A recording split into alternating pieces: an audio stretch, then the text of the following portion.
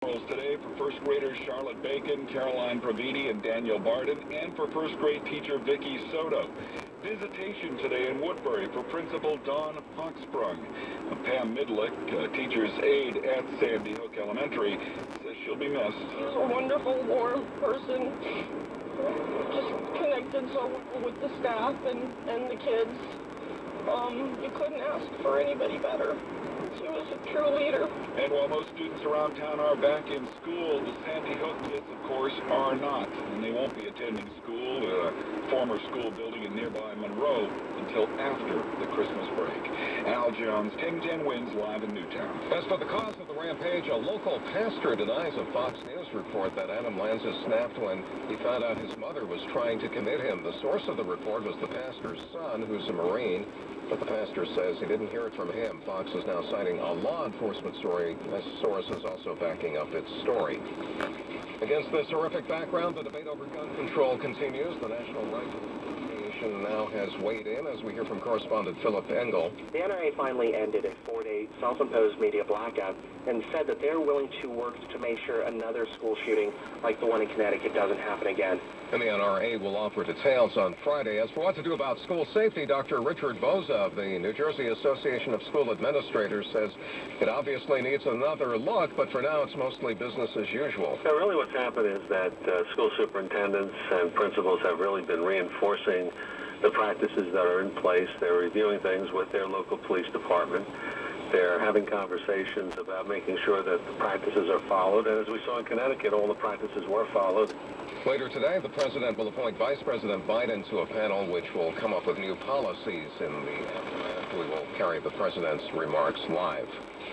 There was a vigil in Sunnyside, Queens last night for a little boy who lived there before moving to Newtown and starting school at Sandy Hook Elementary. Sunnyside was a community little Benjamin Wheeler's family left behind years ago for a house with a yard in Newtown. But his mom, Francine, had plenty of friends here, like Gretchen Schmelz, who read a statement from her. When you see dinosaur exhibits or subway trains, elevators, pianos, or anything you think a vivacious 6-year-old would love, we hope he will be with you in your hearts. Nicole Perkins also lives here in Sunnyside. She's the stepsister of Sandy Hook principal Dawn Hochsprung. Everyone just really needs to band together at times like this. They just want to remember the people that deserve to be remembered and the beautiful children. And they remembered here with candles, tears, and the children's music of little Benjamin's mother. Sonia Rincon, 1010 Wins in Sunnyside Gardens Park. Sales have tripled since Friday at Amendment 2 in Salt Lake City. They sell body armor for kids, including a ballistic backpack, $300 with a money-back guarantee if it doesn't perform. You can get it in Avenger or Disney Princess style. Wednesday News Time, 6:26. Now Money Watch on 1010 Wins, sponsored by Valley National Bank. Here's Andrew O'Day reporting live. This could be the third winning day in a row for Wall Street. Stock futures are up. S&P futures gaining 3, NASDAQ futures up 10, Dow futures up 35. Persistent optimism about a possible fiscal cliff deal gets much of the credit for this. At Lego headquarters, it's too soon for a touchdown dance, or whatever the equivalent celebration would be in Denmark. But the company is bucking the trend of weakness in the global toy market. Lego has seen its sales more than double in 5 years. It's on track to hit $4 billion revenue in 2012, thanks in large part to Star Wars and Hobbit promotional tie-ins. And the Wall Street Journal reports Lego will hire 1,000 new workers in 2013.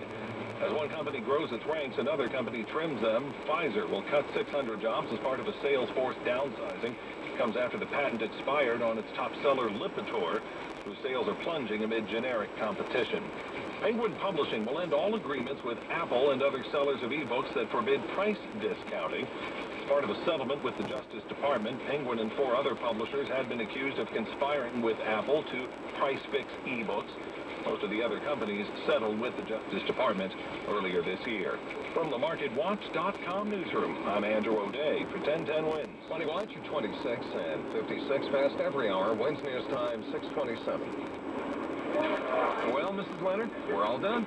On behalf of Valley National Bank, I would like to thank you for refinancing your home with us. Wow, that was easy. Hey, that's Jerry Lipkin, the chairman and president. Hi, Jerry. I just refinanced with Valley. Did you take advantage of our $499 origination fee offer? I sure did, just like you say on TV. $499. Just paid my interim interest, insurance, and real estate tax escrow. No points or other Valley fees. That's terrific. Just stop in at any Valley branch or call us at 800-522-4100. And for a limited time only, the $499 refinance program is available in New York. Sample 30-year fixed-rate APR is 3.666%. APR is subject to change. Call 800-522-4100 for details about credit costs and terms. Property eligibility requirements apply. Does not include New York mortgage recording taxes or assignment fees from existing lenders for SEMA. Member FDIC, Equal Housing Lender. A former deputy mayor has his sights set on the big job. That story coming up. Wednesday News Time, 6:29. The gifts for all the guys on your list are at Joseph A. Bank now. Through Thursday, they're all buy one, get two free. Mix and match all sweaters, shirts, ties, suits, sport coats, outerwear, and more. Everything at Joseph A. Bank is buy just one at regular price and get two more of equal or lesser value free. If you still have stockings to fill, let Joseph A. Bank fill them in style with Joseph A. Bank quality menswear. Just in time for the holidays. Everything in the store is now buy one, get two free. Through Thursday, with most stores open at 6 a.m. Only at Joseph A. Bank. Shoes, gift cards, rentals, and works collection not included. 41 locations at 46th and Madison, Menlo Park, Bridgewater, Westwood, Livingston, Monmouth, Scarsdale, Danbury, Summit, Rye, and Gillette. 15 minutes could save you 15% or more on car insurance. Visit Geico.com or call 1-800-947-AUTO.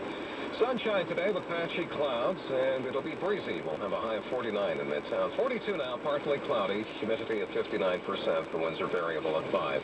42 degrees. We're going up to 49. I'm Lee Harris. Wednesday News Time at the Tone, 6:30. Good morning, I'm Judy DeAngelis. The race for New York City mayor certainly heating up. MTA Chairman Joe Lhota reportedly plans to resign this Friday to announce his candidacy for mayor. Lhota, a registered Republican, served as Mayor Rudy Giuliani's budget director, finance commissioner, and deputy mayor for operations. Lhota was praised for getting subways and buses back on track after Superstorm Sandy. And Giuliani told CBS 2 Lhota would be up for the job of mayor. I saw him under pressure. Handle September 11 heroically, so it wasn't a big surprise to me to see how well he handled Sandy, with the MTA.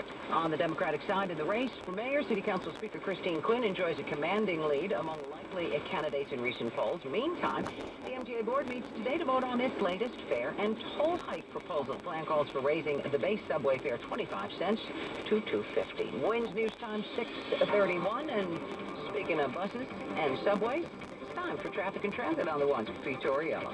And, of course, PATH trains, which are back up and running, Judy, this morning for the first time since Superstorm Sandy between Hoboken and 33rd Street. Don't forget that PATH does shut down at 10 p.m., so they can get in there and do some more repair work.